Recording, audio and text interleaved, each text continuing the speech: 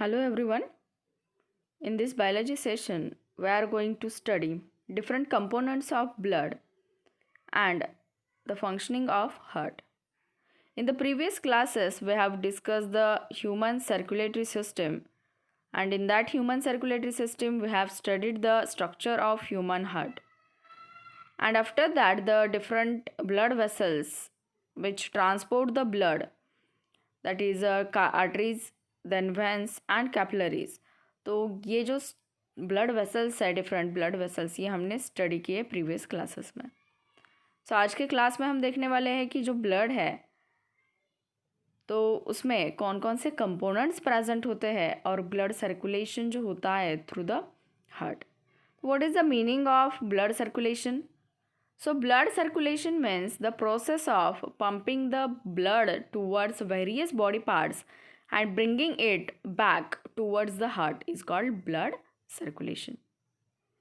जिस प्रोसेस में जो हार्ट जो है पंपिंग ऑर्गन है, और जब हार्ट पंप करता है तो वेरियस बॉडी पार्ट्स की तरफ ब्लड का सर्कुलेशन होता है, और अगेन ये जो ब्लड वेरियस पार्ट्स की तरफ गया है वहाँ से फिर से वो क्या होता है, हार्ट के स्ट्रक्चर में वापस आता है. तो इस प्रोसेस को हम कहते हैं ब्लड सर्कुलेशन. जैसे कि ये हमने स्ट्रक्चर जो इसका हार्ट का स्टडी किया है, तो ह्यूमन हार्ट में हमने देखा है कि जो आर्टरीज होते हैं वो क्या करते हैं, हार्ट से लेकर डिफरेंट बॉडी पार्ट्स तक क्या करते हैं, ब्लड को लेके जाते हैं. अभी हमें पता है कि ये जो ब्लड जाता है from heart to various body parts, तो वो ब्लड कैसे ब्लड होता है, कैसा होता है, ऑक्सीजनेटेड होता है. ऑक्सीजनेटेड का मीनिंग क्या है, जिसमें ऑक्सीजन प्रेजेंट होता है, जो कि लंग से एयर से हम क्या करते हैं, ब्लड में वो मिक्स होता है. तो ये जो स्ट्रक्चर है, ये ऑक्सीजनेटेड जो ब्लड है वो क्या होता है, हार्ट से लेकर बॉडी पार्ट्स तक क्या होता है, सर्कुलेट होता है, ट्रांसपोर्ट होता है. अब जो डिफरेंट बॉडी पार्ट्स है, इसमें जो भी सेल्स प्रेजेंट होते हैं, तो वो सेल्स क्या करते हैं, इन यहाँ पे जो ऑक्सीजन है उसको यूटिलाइज करते हैं उस ब्लड में से, और जो कार्बन डाइऑक्साइड है उसको क्या करते हैं, उस ब्लड में वो वहाँ पे ब्लड के साथ वो ट्रांसपोर्ट होके फिर से कहाँ पे आता है, हार्ट की तरफ आता है. यानी कि जो बॉडी पार्ट से हार्ट की तरफ ब्लड आता है वो कैसा होता है, ब्लड डीऑक्सीजनेटेड होता है. डीऑक्सीजनेटेड यानी कि उसमें से ऑक्सीजन को क्या किया गया है, यूटिलाइज किया गया है, और जो भी कार्बन डाइऑक्साइड वहाँ पे सेल्स में फॉर्म होता है या जो भी वेस्ट मटेरियल है, तो उसको क्या किया जाता है, फिर से ब्लड में मिक्स करके ये कहाँ तक आता है, हार्ट तक आता है. और इसको कौन लेके आते हैं, तो वेंस लेके आते हैं. तो ये जब ब्लड का सर्कुलेशन होता है तो जो हार्ट है वो क्या करता है, पंपिंग करता है. पंपिंग का मीनिंग क्या होता है, तो one time contraction and one time relaxation. तो जो हार्ट का फंक्शनिंग है या हार्ट का जो प्रोसेस होती है उसमें, तो ये रिदमिक प्रोसेस करता है कॉन्ट्रैक्शन एंड रिलैक्सेशन की.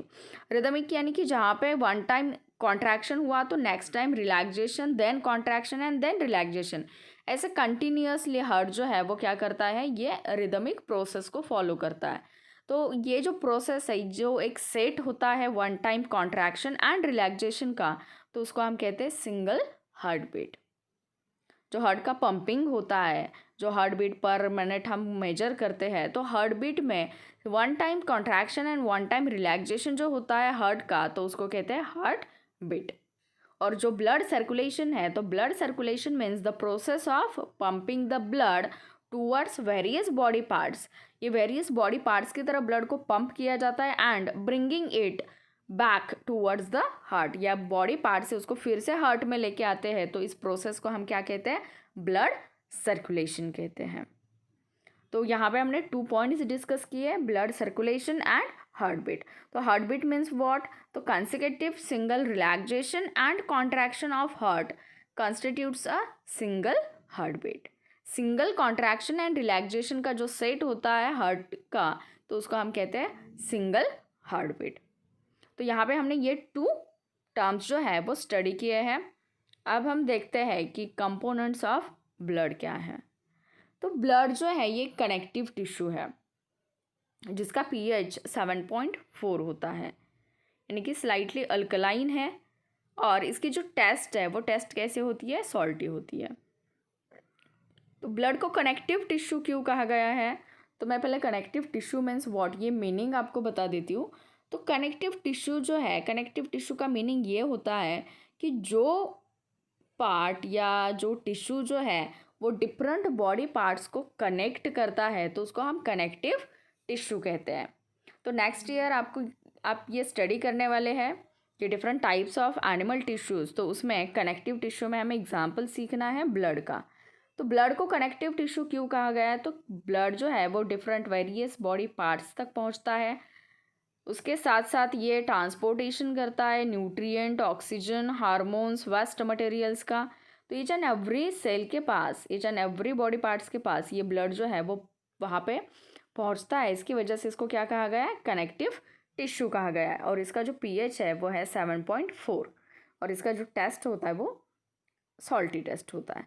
अब हम देखते हैं इस ब्लड के कंपोनेंट्स कौन कौन से हैं। तो ब्लड के मेन 2 कंपोनेंट्स होते हैं। First one is plasma and next one is blood cells. Blood एक टिश्यू है। टिश्यू क्या होता है? तो टिश्यू एक ग्रुप होता है सेल्स का। तो group of cells is called as tissue. तो जो टिश्यू है उसमें डिफरेंट टाइप्स ऑफ ग्रुप जो सेल्स प्रेजेंट होते हैं, तो उस ग्रुप को हम टिश्यू कहते हैं। तो ये जो ब्लड है ये कनेक्टिव टिश्यू है। तो इस ब्लड में प्रेजेंट होते हैं main 2 components, plasma and blood cells. अब सबसे पहले हम ये देखते हैं कि प्लाज्मा क्या होता है। तो प्लाज्मा जो है ये पेल येलो या फिर पेल येलो कलर का एक कंपोनेंट है ब्लड का। ये clear and slightly alkaline fluid होता है। देखो, जो जैसे कि हमने सेल का स्ट्रक्चर पढ़ा है, तो सेल के साइटोप्लाज्म में जैसे कि वो सेल का मैट्रिक्स होता है और उसमें सारे सेल ऑर्गेनेल जो है वो सस्पेंडेड फॉर्म में होते हैं, वैसे प्लाज्मा क्या है? ये एक ऐसा फ्लूइड है जिसमें ऑल ब्लड सेल जो है वो क्या होते हैं? सस्पेंड होते हैं। तो प्लाज्मा जो है वो पेल येलो इन कलर है, स्लाइटली अल्कलाइन फ्लूइड है। इट कंटेंस कंपोनेंट्स क्या क्या है प्लाज्मा के? तो 90 to 92% water, 6 to 8% proteins and 1 to 2% inorganic salts and other components. इसमें 3 कंपोनेंट्स यहाँ पे दे, 90 to 92% water, 6 to 8% protein and 1 to 2% inorganic salts and other components. तो इसमें प्लाज्मा में जो अल्ब्यूमिन कंटेंट है, तो अल्ब्यूमिन का फंक्शन ये है कि it distributes the water all over the body. जब ट्रांसपोर्टेशन होता है ब्लड का, तो उसमें जो वाटर का डिस्ट्रीब्यूशन होता है तो वो किसके हेल्प से होता है? अल्ब्यूमिन की हेल्प से होता है। इसके बाद जो नेक्स्ट कंपोनेंट है वो है ग्लोब्युलिन्स। ग्लोब्युलिन्स का फंक्शन जो है वो प्रोटेक्शन का फंक्शन है। एंड जो फाइब्रिनोजेन एंड प्रोथ्रोम्बिन, ये जो 2 कंपोनेंट्स है, तो इनका फंक्शन होता है ब्लड क्लॉटिंग का। ब्लड क्लॉटिंग यानी कि जहाँ पे अगर हमें इनकेस इंजरी आती है, हमारे बॉडी पे कहाँ पे इंजरी होती है, कट होता है, तो वहाँ से जो ब्लड फ्लो होता है, तो ब्लड फ्लो को स्टॉप करने के लिए ब्लड का क्लॉटिंग होना बहुत ज़रूरी है, जिसके लिए फाइब्रोनेजिन एंड प्रोथ्रोम्बिन, ये 2 कंपोनेंट्स ब्लड क्लॉटिंग के प्रोसेस में हेल्पफुल है। और अदर जो इनऑर्गेनिक आयंस है, तो उसमें आता है कैल्शियम है, सोडियम है, और यहाँ पे इनका जो फंक्शन है वो क्या है? Control the function of muscles and nerves. ये क्या करता है? जो मसल्स है एंड नर्व्स है, तो इनके फंक्शन को कंट्रोल करने का काम करते। तो इनका जो भी ग्रेडियंट होता है, तो ये बहुत इंपॉर्टेंट होता है ग्रेडियंट, क्योंकि ये जो मसल्स हैं हमारे या फिर जो नर्व्स है, तो इनका जो मेन रोल है नर्व्स का, तो कंट्रोल एंड कोऑर्डिनेशन का है। और जो हमारी नर्वस सिस्टम है, जिसमें ये डिफरेंट 3 टाइप्स के नर्व्स प्रेजेंट होते हैं, और यही हमारे जो मसल्स है उनको क्या करते हैं? इंस्ट्रक्शंस देते हैं, मैसेज देते हैं मूवमेंट के लिए। तो इनका जो फंक्शनिंग है उसको कंट्रोल करने के लिए इनऑर्गेनिक आयन जो है ये अपना रोल प्ले करते हैं। तो ये देखा हमने कंपोनेंट किसके? प्लाज्मा के, जो कि एक ब्लड का कंपोनेंट है। अब हम बात करते हैं ब्लड सेल्स की। ब्लड सेल्स में प्रेजेंट होते हैं आरबीसीज यानी कि red blood corpuscles, then white blood cells यानी कि डब्ल्यूबीसीज है, and third one is platelet.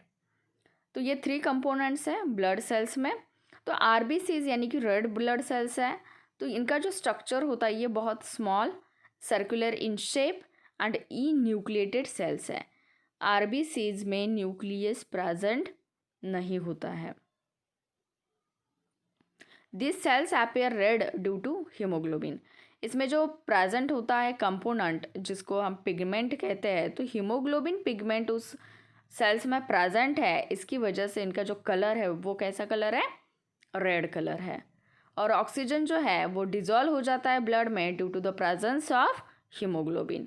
जो लंग्स से ब्लड में जो ऑक्सीजन, हम कहते हैं कि रेस्पिरेटरी सिस्टम में जो लंग्स है तो उसमें जो ऑक्सीजन हम लेते हैं एयर से, तो उसको ब्लड में मिक्स किया जाता है। तो ये ब्लड में कैसे डिजॉल्व हो सकता है, तो because of presence of haemoglobin ये क्या होता है, ऑक्सीजन डिजॉल्व हो जाता है ब्लड में, और उसका ट्रांसपोर्टेशन जो है वो with the help of blood through out the body parts possible होता है। तो 50 to 60 लाख आरबीसी जो है वो प्रेजेंट होते हैं in each cubic millimetre of blood. Cube जो है इसमें अगर हम देखते हैं तो ईच क्यूबिक मिलीमीटर में 50 to 60 लाख आरबीसीज प्रेजेंट होते हैं। और ये जो आरबीसीज है ये प्रोड्यूस कहाँ पे होते हैं, तो आरबीसीज प्रोड्यूस होते हैं इन रेड बोन मैरो। हमारे बोन में जो पार्ट होता है रेड बोन मैरो का, तो उसमें ये क्या होते हैं, आरबीसीज प्रोड्यूस होते हैं। और इनका लाइफ स्पैन अगर हम देखते हैं तो ये जो सेल्स है वो 100 to 127 डेज लाइफ रह सकते हैं। इसके बाद अपने आप उनकी डेथ हो जाती है, वो सेल जो है वो वहाँ से डिजनरेट हो जाते हैं। तो ये है आरबीसीज। देन जो नेक्स्ट पार्ट है वो है वाइट ब्लड सेल्स यानी कि डब्ल्यूबीसीज। ये जो डब्ल्यूबीसीज है, ये डब्ल्यूबीसीज लार्ज साइज़ के होते हैं, न्यूक्लिएटेड यानी कि न्यूक्लियस प्रेजेंट है, और ये जो सेल्स है ये कलरलेस सेल्स हैं। जो आरबीसीज है वो रेड कलर के because of presence of haemoglobin, but जो डब्ल्यूबीसीज है ये कलरलेस है। और 5000 to 10,000 डब्ल्यूबीसीज प्रेजेंट होते हैं पर क्यूब ऑफ ब्लड। तो ये रेंज है नॉर्मल हेल्दी पर्सन में। ये डब्ल्यूबीसीज का जो काउंट है वो पर क्यूब कितना होना चाहिए, 5000 to 10,000। और यहाँ पे अगर हम देखते हैं तो 5 टाइप्स ऑफ डब्ल्यूबीसीज आर प्रेजेंट। 5 टाइप्स ऑफ डब्ल्यूबीसीज आर प्रेजेंट। ये कौन से 5 टाइप्स के डब्ल्यूबीसीज है, तो इसमें आते हैं eosinophil, basophil, neutrophils, monocytes and lymphocytes. तो यहाँ पे जो डायग्राम है इसमें ये ब्लड वेसल का डायग्राम दिखाया है। तो इसमें अगर आप देखते हैं तो इसमें प्लाज्मा है, एओसिनोफिल है, जो अभी हमने देखा कि ये डब्ल्यूबीसीज में टाइप्स होते हैं, तो यहाँ पे प्लाज्मा दिखाया है, एओसिनोफिल है, न्यूट्रोफिल है, बासोफिल है। देन यहाँ पे अगर हम देखते हैं तो लिम्फोसाइट्स है, यहाँ पे मैक्रोफाजेस दिखाए हैं, रेड ब्लड सेल्स है, प्लेटलेट है। तो ये डिफरेंट कंपोनेंट्स यहाँ पे ब्लड वेसल्स में जो ब्लड के हैं वो यहाँ पे हमें दिख रहे हैं। तो 5 टाइप्स ऑफ डब्ल्यूबीसीज आर प्रेजेंट। देन डब्ल्यूबीसीज का जो फंक्शन है वो क्या है, it act as a soldier in our body. जो बॉडी का प्रोटेक्शन होता है तो वो अगेंस्ट द फॉरेन पार्टिकल्स ये क्या करते हैं, हमारे बॉडी को क्या करते हैं, प्रोटेक्ट करते हैं। और ये डब्ल्यूबीसी जो है वो भी प्रोड्यूस होते हैं इन रेड बोन मैरो। तो फंक्शनिंग इसका जो है, attack the pathogens entering in our body in they protect us from the microbial diseases. तो डब्ल्यूबीसी जो है वो माइक्रोबियल डिसीजेस के अगेंस्ट फाइटिंग करते हैं, इसकी वजह से उनको क्या कहा गया, सोल्जर्स कहा गया हमारे बॉडी के। और जो थर्ड कंपोनेंट है वो है platelets. These are the extremely small and disc shaped. ये जो स्ट्रक्चर है वो प्लेटलेट्स का होता है, and 2.5 to 4 lakh platelets are present in per cube of blood. और इसका फंक्शनिंग क्या है, तो platelets participate in blood clotting process. तो प्लेटलेट का जो काउंट होता है वो 2.5 to 4 लाख होता है पर क्यूब ऑफ ब्लड, और इसका जो फंक्शनिंग है वो है ब्लड क्लॉटिंग प्रोसेस जो है वो, इसमें ये प्लेटलेट जो है वो पार्टिसिपेट होते हैं। तो ये हमने कंपोनेंट सीखे हैं ब्लड के। So today's homework is write down the meaning of blood circulation and what is heart beat. Then write down the different components of blood. तो ये जो हमने अभी चार्ट स्टडी किया वो चार्ट आपको राइट डाउन करना है आज के होमवर्क में।